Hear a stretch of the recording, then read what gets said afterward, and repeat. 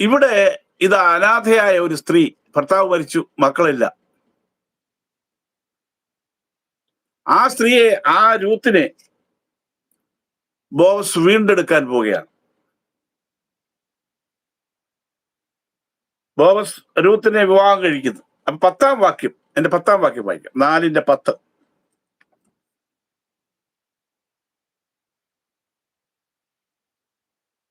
അത്രയുമല്ല, മരിച്ചവന്റെ പേർ അവന്റെ സഹോദരന്മാരുടെ ഇടയിൽ നിന്നും അവന്റെ പട്ടണവാതിക്കൽ നിന്നും മാഞ്ഞു പോകാതെ വണ്ണം മരിച്ചവന്റെ പേര് അവന്റെ അവകാശത്തിന്മേൽ നിലനിർത്തേണ്ടതിന് മഹളോന്റെ ഭാര്യ മോവാബി സ്ത്രീയായ രൂത്തിനെയും എനിക്ക് ഭാര്യയായി വാങ്ങിയിരിക്കുന്നു എന്നതിന് നിങ്ങൾ ഇന്ന് സാക്ഷികൾ ആകുന്നു. അതെ, ബോവസ് ഈ രൂത്തിനെ വീണ്ടെടുത്തു, ഭാര്യയാക്കി. അവൾക്കൊരു രക്ഷയുടെ